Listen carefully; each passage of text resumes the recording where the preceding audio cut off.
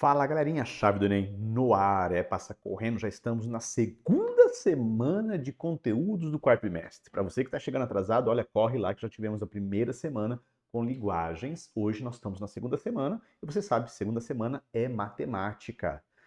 Galera, tá correndo, mas você tem que ter na sua agenda o tempo para se preparar, hein? Quarto bimestre, bater na porta, hora de fechar conteúdos e notas na escola. Para quem vai prestar vestibular, já focar no vestibular, no Enem. O Enem, inclusive, bate também a porta. Novembro tá aí, hein? As 2 primeiras semanas de novembro, você sabe que se você se inscreveu para o Enem, você tem que colocar na sua agendinha ali, os 2 primeiros domingos já separadíssimos. E aqui, é claro, você vai aproveitar o seu tempo para se preparar. Lembrando que aqui na playlist você consegue acessar todo o conteúdo nosso, consegue rever conteúdo, rever resolução de exercícios, dica de professor, hein? Resolução de exercício ajuda bastante a entender conteúdo. Bom, mas sem demoras, então, vamos para a nossa noite de matemática. Hoje é matemática pura e depois eu volto para dar instruções sobre chave de ouro, dicas da redação do Enem e também para correção de linguagens. Beleza? Então, fica aí, pega a pipoca, pega o suco, sua pochilinha da CPB, que o conteúdo, inclusive, é referência nossa, e roda a vinheta.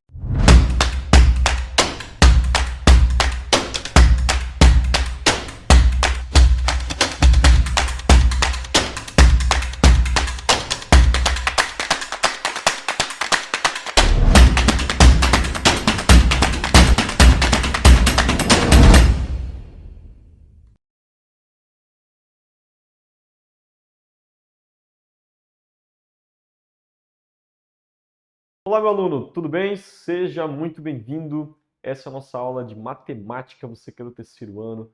Eu tenho certeza que você está aqui com o coração acelerado, já está pensando no vestibulares que vão vir pela frente, mas fica tranquilo, segura na minha mão que a gente vai junto para aprender conteúdos extremamente importantes para que você mande super bem em qualquer vestibular que você terá pela frente nesse bimestre.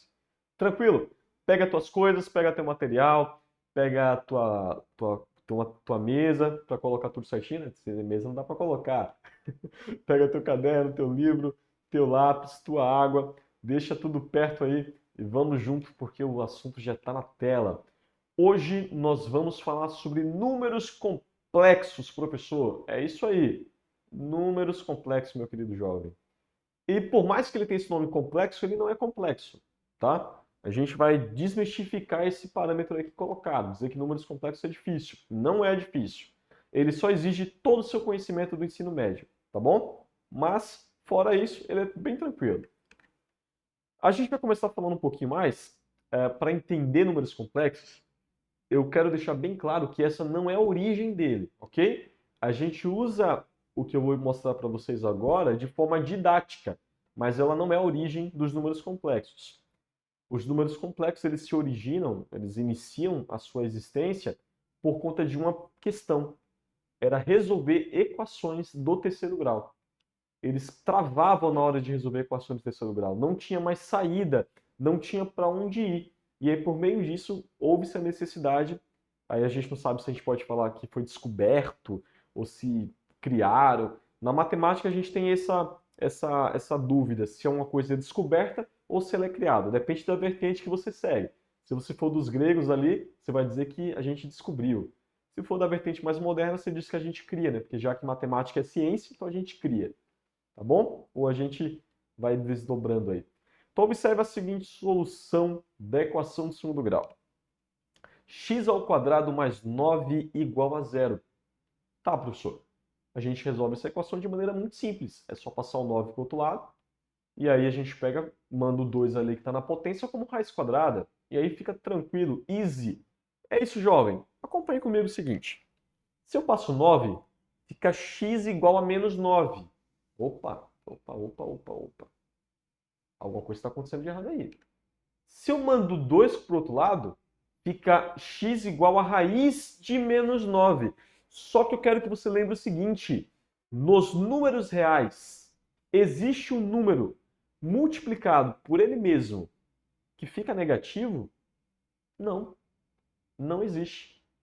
Observe, se eu tenho 4, 4 pode ser a mesma coisa que menos 4, pode ser a mesma coisa que menos 2 vezes menos 2? Não, porque menos 2 vezes menos 2 é 4 positivo. Então eu não posso afirmar que a raiz quadrada de menos 4 é menos 2. Não existe número negativo que a gente consiga achar a raiz dele. Tá legal? Por isso que quando a gente quer transformar um número em positivo, a gente eleva ao quadrado. Ou multiplica por menos 1. Tranquilo? Então, quando a gente observou isso, um dos questionamentos foi, e agora? Para onde que a matemática vai olhar? Como que a gente resolve esse problema? O que que a gente faz, professor, para resolver problemas desse tipo? Então, houve-se aí alguns matemáticos, entre eles o Gauss, que foi um gênio da matemática, um gênio, desde muito pequeno. O Gauss resolvia problemas extremamente complexos com 9 anos de idade. E ele conseguiu tirar algumas dessas questões da cabeça. Uma delas foi solucionar esse problema. Então, houve-se a necessidade de criarmos mais um conjunto de números. A gente vai sair agora dos números reais e a gente vai entrar agora nos números imaginários, ok? Então, nós vamos agora abarcar mais um tipo de conjunto de números, os imaginários. Ok. Para resolver esse impasse, matemáticos criaram uma nova unidade, que a gente vai chamar essa unidade de I, ok? Olha só, a gente vai criar um número, uma unidade, que essa unidade vai ser chamada de I. E ela vai ter uma propriedade muito particular. Olha que loucura. I ao quadrado é igual a menos 1. Se a gente fosse lá para os números reais, isso não existe. Não tem como existir nos reais. Não tem como ter um número ao quadrado ser menos 1. Perfeito? Não existe isso. Mas agora, nos complexos, para que a gente possa resolver esse problema, a gente coloca I ao quadrado como sendo menos 1. E onde a gente vai ver, professor, essa aplicação? Na realidade, existe alguma coisa que vai facilitar a nossa vida? Sim.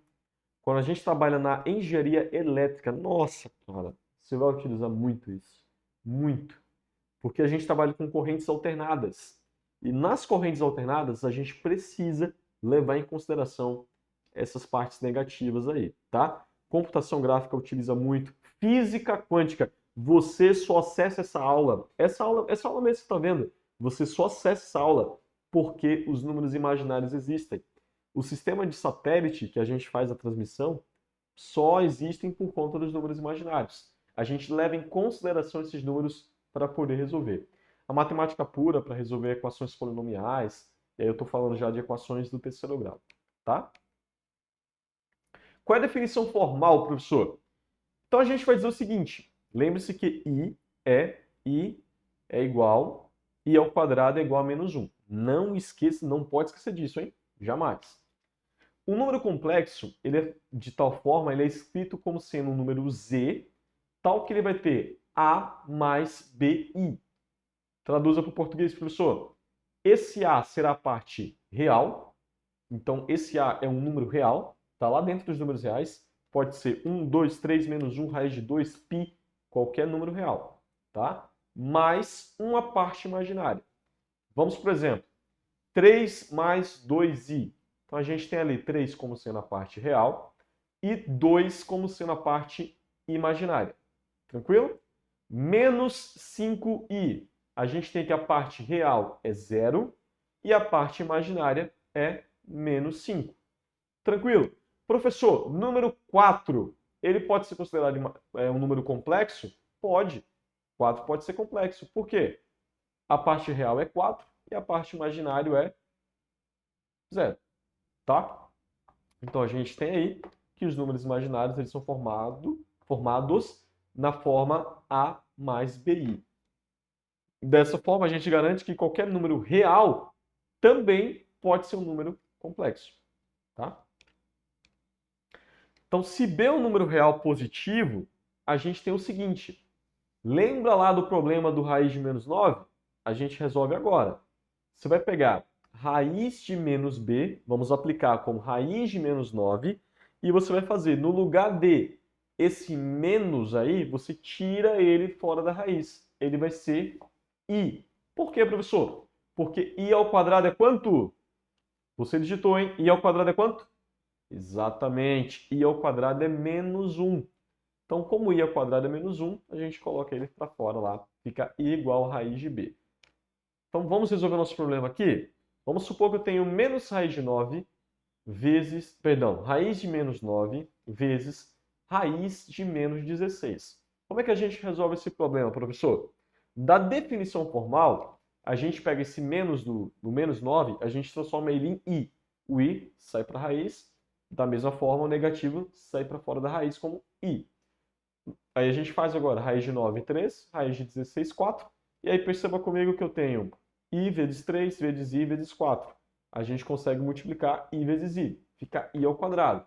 E 3 vezes 4, dá para multiplicar também, dá 12. Aí a gente agora tem 12 vezes i ao quadrado. Só que, querido jovem, i ao quadrado vale quanto? Vale quanto? Exatamente, i ao quadrado é menos 1. Então fica 12 vezes menos 1. 12 vezes menos 1, menos 12. Essa é a nossa resolução. Esse gráfico aqui, essa tabela, perdão, ela é interessante porque ela vai mostrar para nós aqui como se comportam os números reais, tá? A gente tem os naturais, começando na parte cinza, que ele vai de 0 até o 3, de 0 até 3, que ele vai de 0 até 3 nessa representação, ou seja, eles são os positivos, incluindo o zero. A gente tem os inteiros, que vai dos negativos, passa pelo zero e vai para os positivos infinitos. Nós temos os racionais, que envolvem ali os valores periódicos, ok? Nós temos os irracionais, que eles são dízimas periódicas, ou eles são valores que a gente não consegue determinar como forma de fração. Então a gente não consegue escrever os racionais como uma forma de fração. Nós temos ali os números complexos, porém não reais, tá? Quem são esses caras? É aqueles caras que têm essa característica, onde o b é diferente de zero. E a gente tem os números imaginários puros, quando não tem a parte real.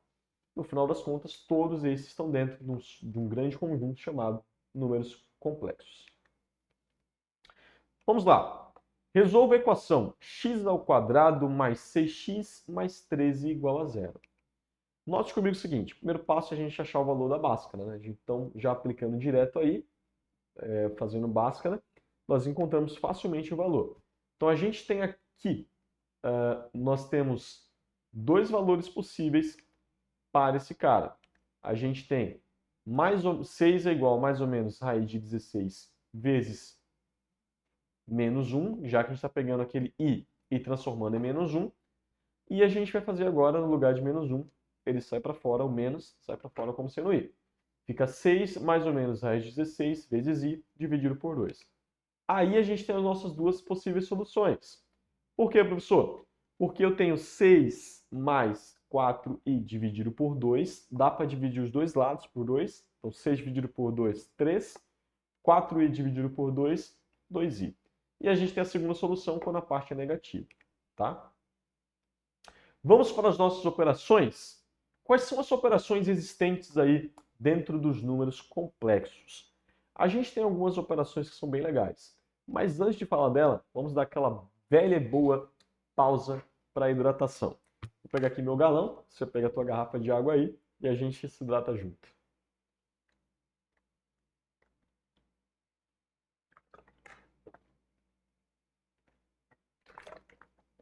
Muito bem.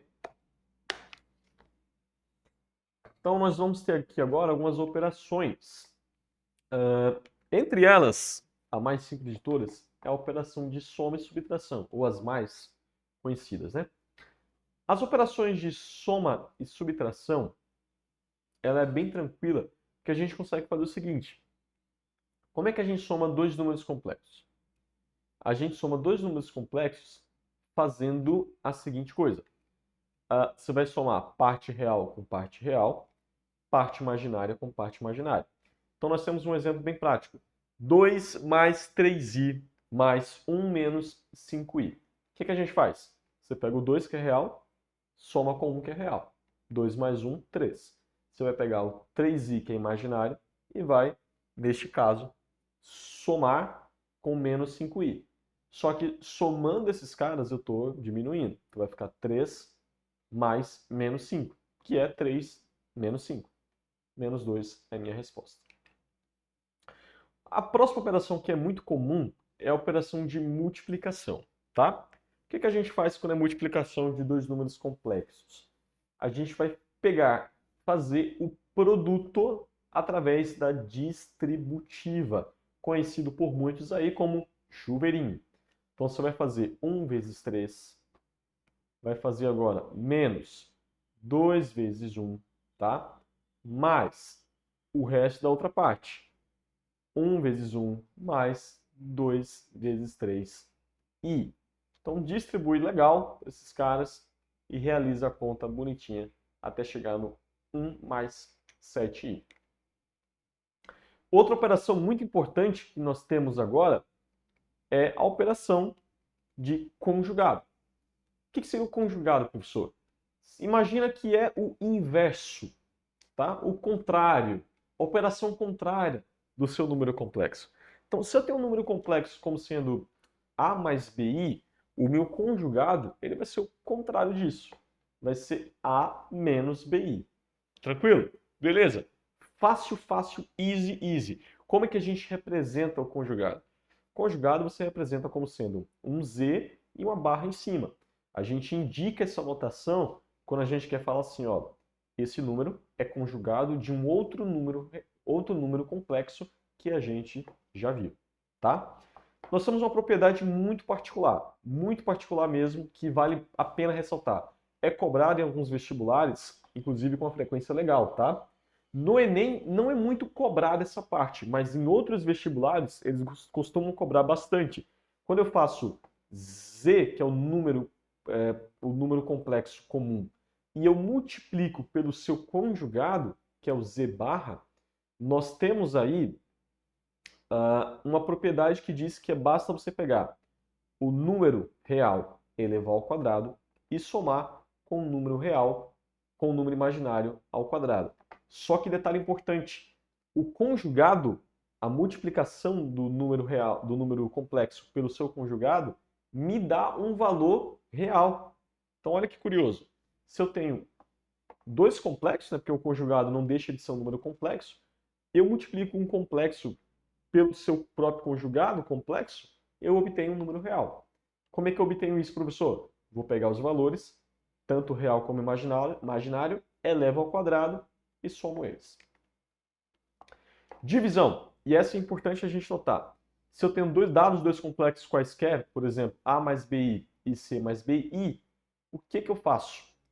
Basta você fazer o seguinte, você vai multiplicar os números complexos através da distributiva. Então você vai aplicar duas propriedades aí. Você vai aplicar a propriedade de distributividade em cima e embaixo você vai colocar como se fosse o conjugado, como se fosse a multiplicação desse número pelo seu conjugado. Tranquilo? Representação geométrica. Agora a gente vai trabalhar um pouquinho de como que nós apresentamos ou como que a gente vê geometricamente um número complexo. E aí eu vou precisar bastante da tua ajuda para você entender aqui comigo o seguinte. Quando a gente trabalha lá no plano de Gauss, que a gente tem o eixo horizontal, chamado real, e o eixo vertical e imaginário, horizontal real, vertical real e imaginário, a gente vai dizer que o número complexo ABI ele é representado por um ponto. Presta atenção. O Gauss ele queria representar um número complexo. Aí ele fez o seguinte, ó, eu vou montar aqui um plano cartesiano, onde no meu eixo horizontal,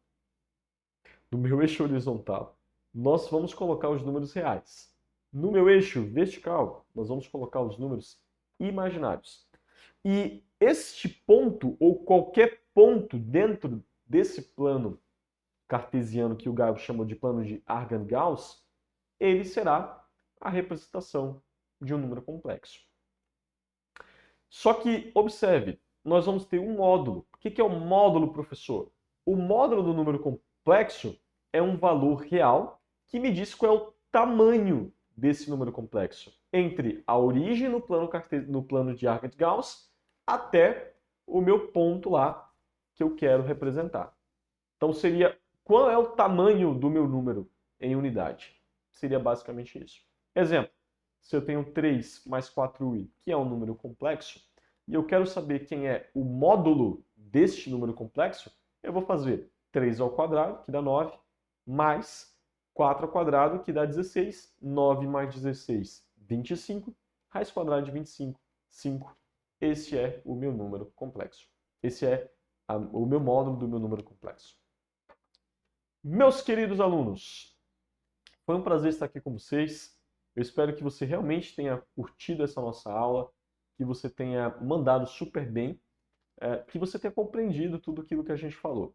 Vale a gente fazer uma pequena revisão? Então, antes da gente realmente finalizar e dar as considerações finais, eu gostaria de revisar com vocês duas partes que eu quero chamar a atenção com vocês. A primeira delas, é só pedir à produção para me ajudar voltando ali. Obrigado, produção. A primeira delas é a representação geométrica. O módulo, que é o que realmente se interessa, ele costuma cair com uma frequência bem grande. Então, ó, dá uma atenção especial para a representação geométrica, tá? Lembre-se da fórmula, que é o módulo é a raiz quadrada de a ao quadrado mais b ao quadrado. Dá uma atenção especial principalmente para as operações. As operações elas costumam cair em muitas provas, muitas. Muitas provas elas exigem esse tipo de operação porque ela envolve um raciocínio de todo o ensino médio que você já sabe. Então ela vai envolver a parte da distributividade, da multiplicação, ela vai envolver você saber multiplicar parâmetros de termos algébricos ou não. Então é muito importante você dar um foco especial nessa parte das operações. Vale ressaltar também o conjugado. O conjugado caiu em uma certa quantidade de questões de vestibulares aí afora. Ano passado ele costumou cair em algumas questões, em alguns vestibulares importantes do nosso país. Tá bom? Então fica ligado nas operações, fica ligado no módulo e na representação geométrica. Meu querido aluno, que Deus te abençoe.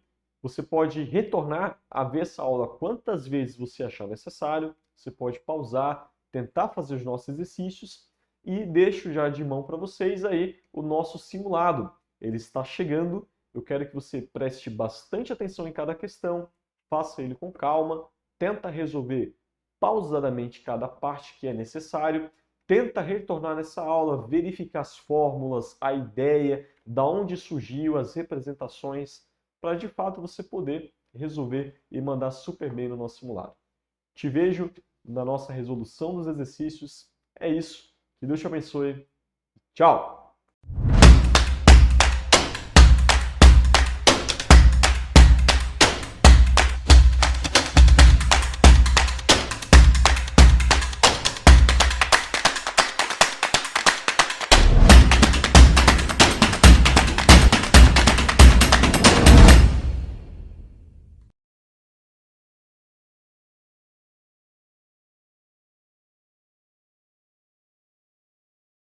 Opa, isso aí. Então, conteúdo, check. Vamos para correção. Lembrando que o simulado de matemática, o primeiro do quarto trimestre, abre depois da live.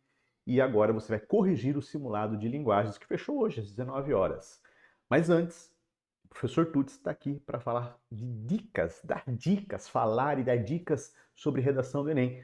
Volta nos vídeos anteriores, você vai procurar lá, tem chave de ouro com dicas preciosas. A dica de hoje é a segunda parte ali na introdução. Então, roda a vinheta.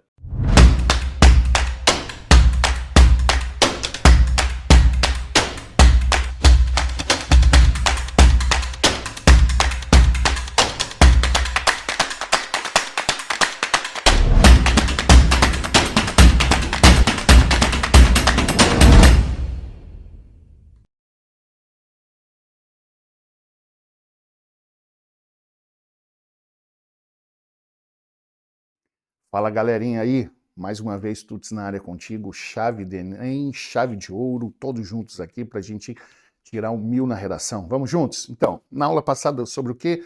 Nem foi uma aula, foi uma dica, né? Uma chave de ouro aí de dica real para você, como que você faz uma redação. Lá a gente trabalhou o bloco introdução. Lembra que eu falei que nós vamos trabalhar com 4 blocos? Então, um é a introdução, um é o desenvolvimento 1, outro desenvolvimento 2 e outra a conclusão. Só que dentro de cada um desses blocos, você vai construir pelo menos 3 blocos. Então a gente construiu 3 blocos lá na introdução, certo? Hoje, o que que nós fazemos, então, com os argumentos que eu levantei lá naquele bloco? Então, vamos lá? Aqui, deixa eu só arrumar aqui. Vamos lá. Ok, canetinha funcionando. Então, aqui eu tenho o bloco do argumento 1. Faz aí comigo aí, bem rapidinho. Ok. Pelo menos 3 períodos, ok? Então, aqui nós vamos chamar de D1, desenvolvimento 1. Fechou? Lembra que lá na introdução você trabalhou uma coisa chamada tese, argumento 1, argumento 2? Pois é, aqui você vai desenvolver o seu argumento 1. Então, aqui o seu argumento 1, que via de consequência é uma causa da tese. Fechou? O que que eu faço no bloco 1, então, Tuts? Vamos lá? A primeira coisa que você vai colocar aqui, você vai dar uma explicação da sua causa. Como assim explicar? Você vai apresentar o seu argumento. Então vamos lá, ó. Apresentar o argumento 1. Você não pode repetir o teu argumento, porque lá você só disse o que você vai trabalhar.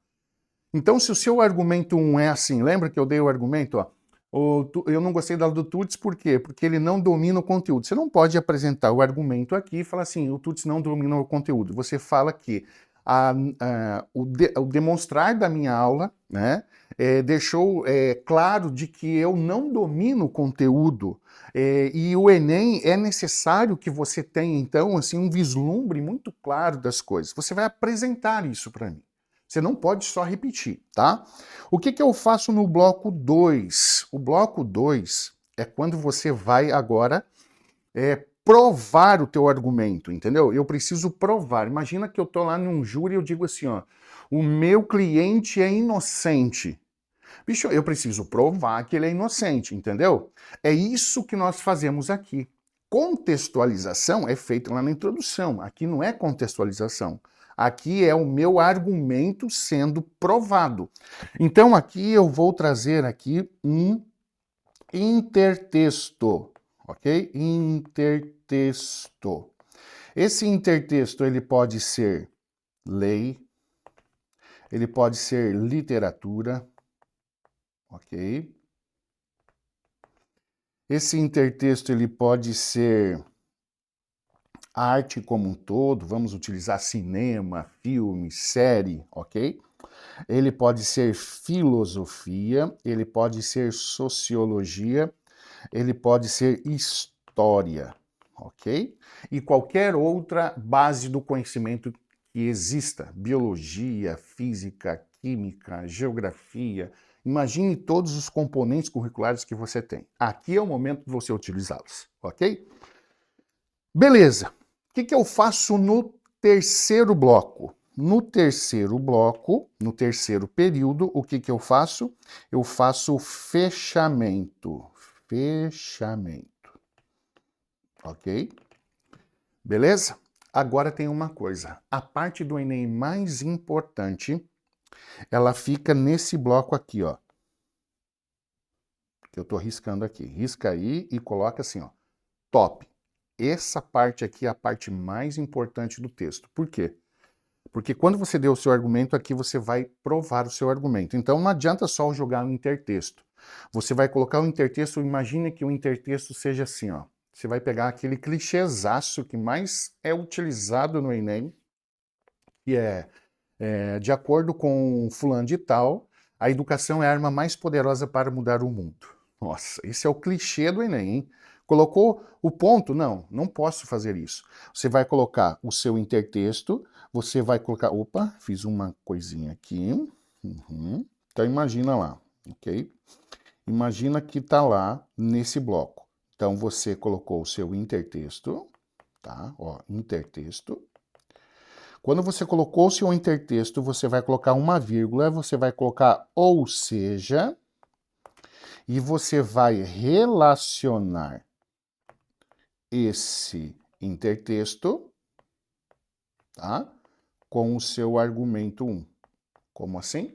Então você vai pegar lá, segundo fulano de tal, a educação é a arma mais poderosa para mudar o mundo. Ou seja, sem um efetivo conhecimento do Enem e da educação base, a qual o professor Tuts não me proporcionou, eu não conseguirei dar entrada no sonho que é a universidade, ok? Então você argumentou com base naquele fundamento.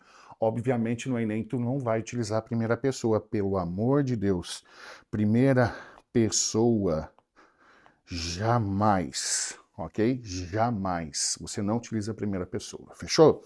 E o que eu faço nesse terceiro bloco, então, que eu falei, né? Primeiro bloco nós falamos ali que é você apresenta, segundo bloco você coloca o intertexto e faz a relação, e no terceiro bloco você fecha, você faz o fechamento. Como que eu posso fazer um fechamento bem rápido? Você pode fazer assim, ó, enquanto persistir uma inércia na educação, ou enquanto o professor Tuts não melhorar o seu aproveitamento em relação à turma, você faz isso. O que acontece? Isso. Então você faz essa ideia, ó, enquanto isso não acontecer, isso perdura, ok? Faz essa relação de causa e consequência. Percebeu que as caixas estão completamente soltas? Vamos ganhar ponto no critério 4. Aqui você vai começar assim, ó, sob, ok? Deixa eu só ligar aqui. Ok, vai. Então olha aqui, ó, a gente está sem nenhum conectivo. Você vai colocar, ó, sob esse viés, vírgula, apresenta o seu argumento. Pontuou, você vai colocar assim, ó, destarte, isso, tá? É um bom conectivo para esse lugar aqui, ó, ok? E o que eu faço no final, depois que eu pontuei, coloquei meu intertexto, coloquei o ou seja, vírgula, argumentei, relacionei, pontuei. O que eu faço aqui? Você vai colocar, ó, dessa forma. E com isso você está garantindo o teu critério 4. Fechou? Vamos fazer aqui um vislumbre, então, o que a gente fez no argumento 1. Nós criamos 3 blocos, pelo menos, sendo o primeiro bloco nós começamos com sob esse viés, apresento o meu argumento. Fechou? Pontuei. Agora eu coloco destarte, coloco o meu intertexto da seguinte forma, destarte, segundo fulano de tal, conforme é observado na história, segundo a Revolução Industrial, ok? Beleza, colocou vírgula, ou seja, aí você faz aquela argumentação ali que eu falei contigo, beleza? Pontuou dessa forma, enquanto isso, mais isso, enquanto isso, isso. Você faz essa relação aí de causa e consequência, e aí você tem uma baita de uma redação. Fechou? Acho que é uma dica chave de ouro aí para você. Valeu, a gente se vê.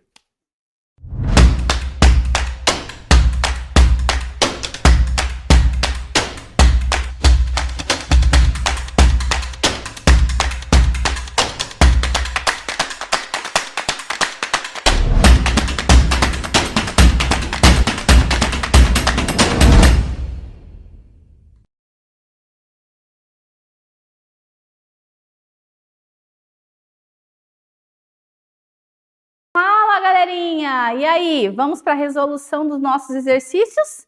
Então, vem aqui com a gente no Chave do Enem. Na primeira questão, a gente tem este texto, né, que é iconográfico, e depois a gente tem propriamente o texto escrito, né, João o pé e o pé de feijão preto. Aí a pergunta diz assim, ó, na frase dita pela mãe a João, o que você fez desta vez? Existe o pressuposto de que... Então, aqui está trabalhando justamente os sentidos implícitos. E por que é um pressuposto? Porque a palavra desta vez faz você chegar à informação que está implícita. Então, qual é a resposta certa? Já quase dei a resposta, né?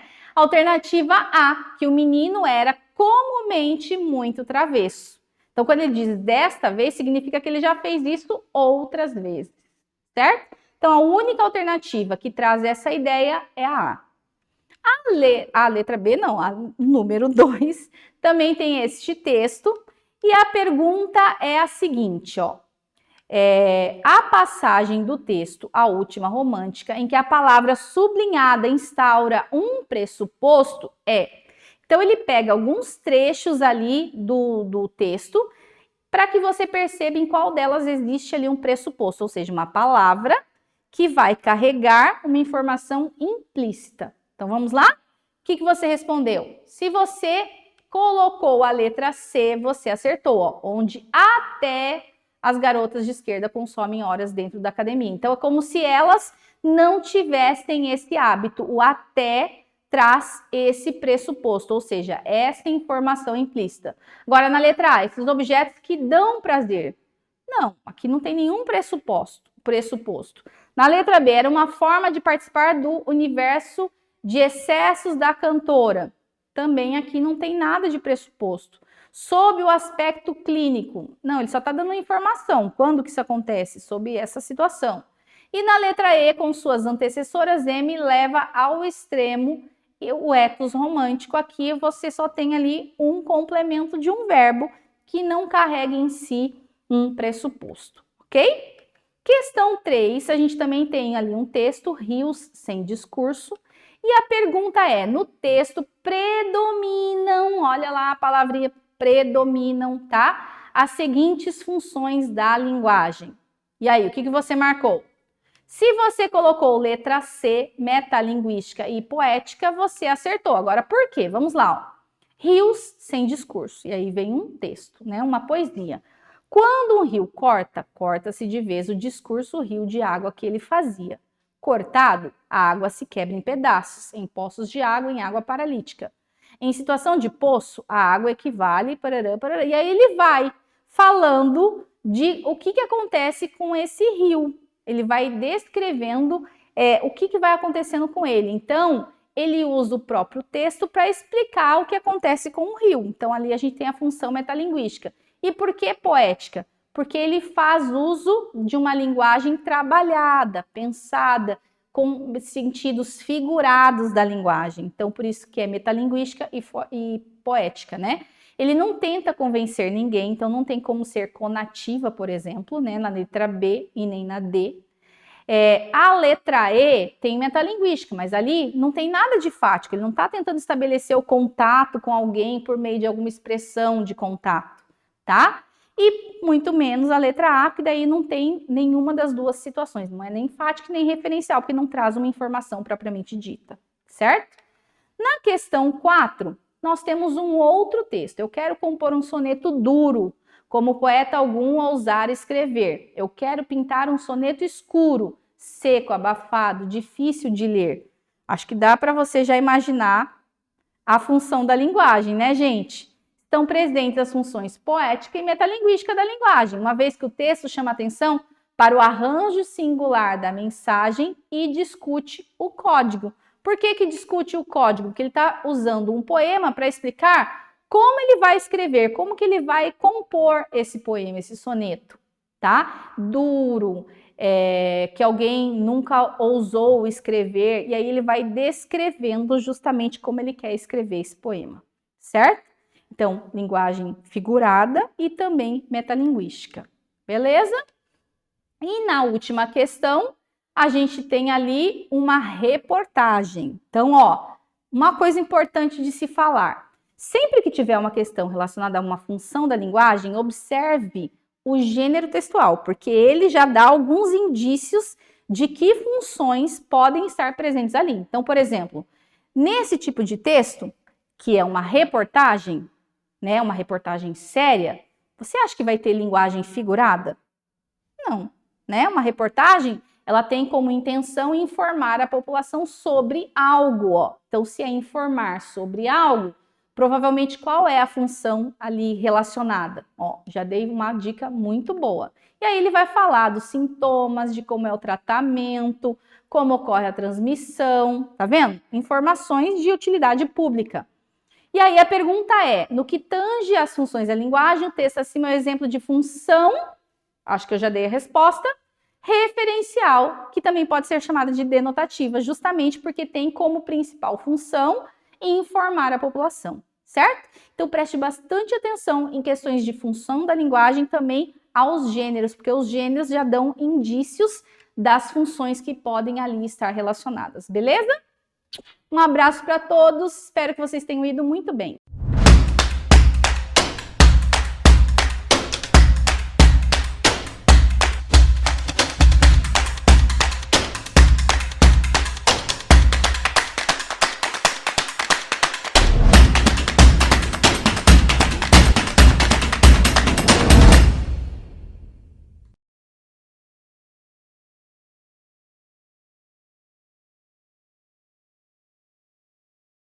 E aí, galerinha, preparados para a correção do nosso simulado referente ao módulo 1 da sua apostila? Então vamos lá. Primeira questão, gente, é uma questão da Fundação Getúlio Vargas, tá?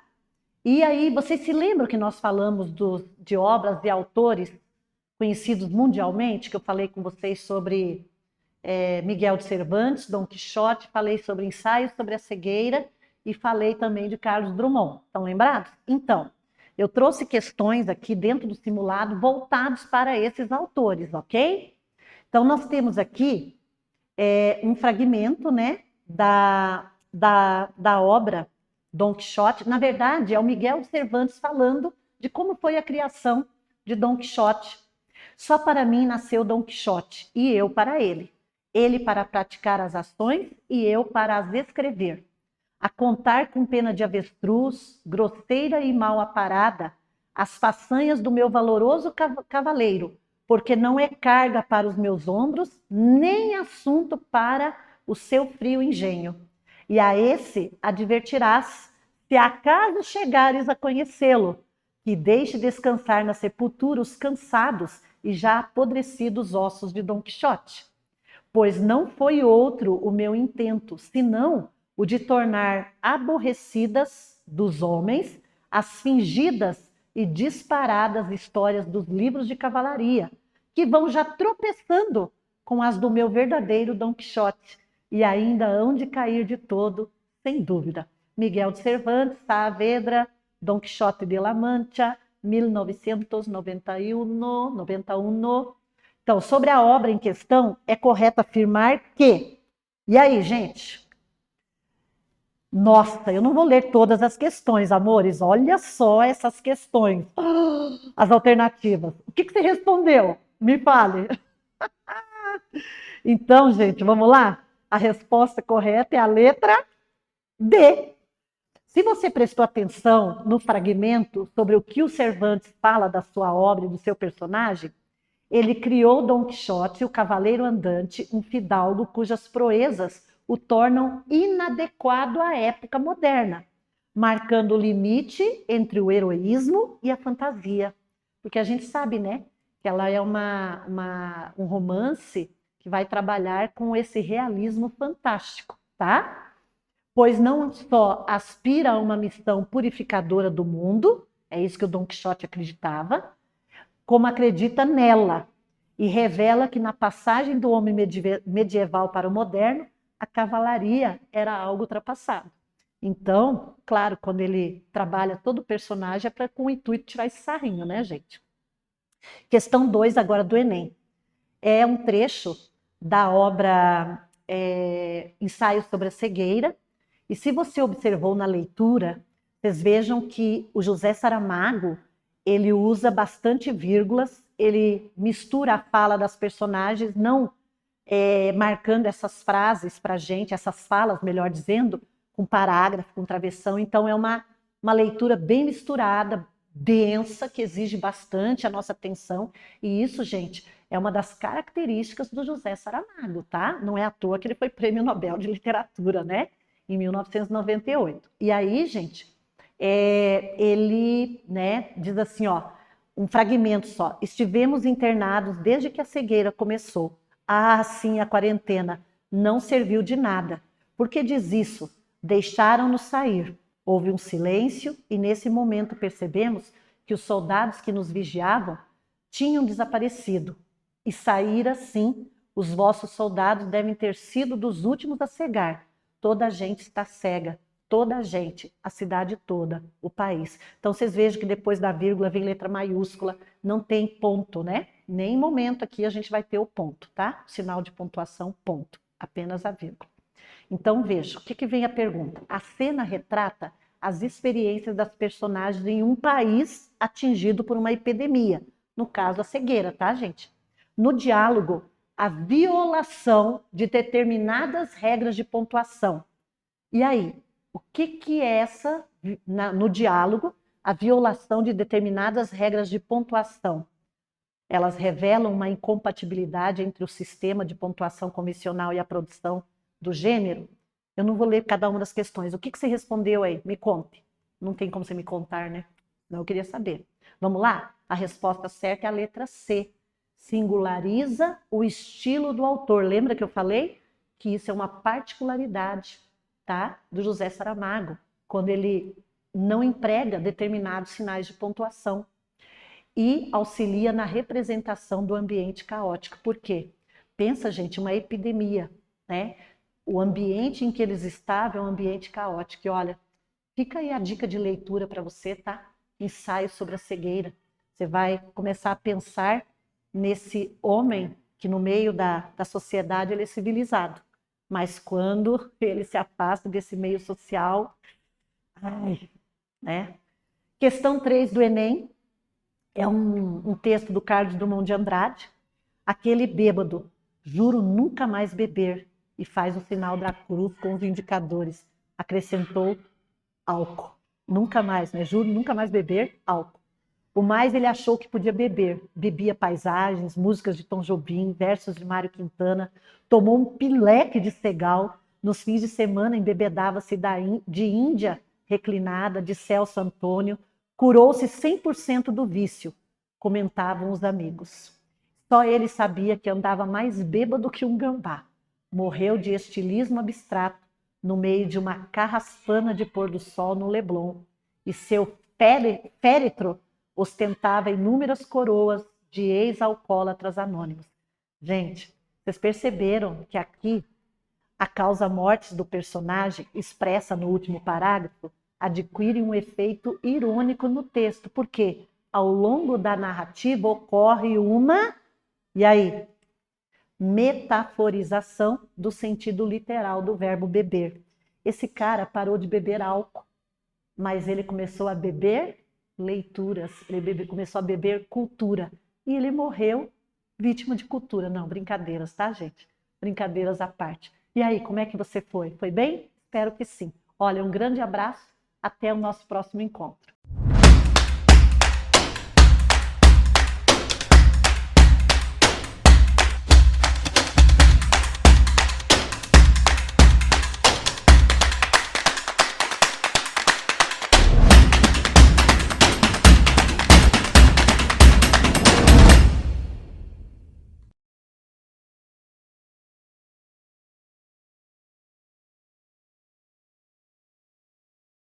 Hey everybody, I am back para resolver então estas questões do Chave do Enem.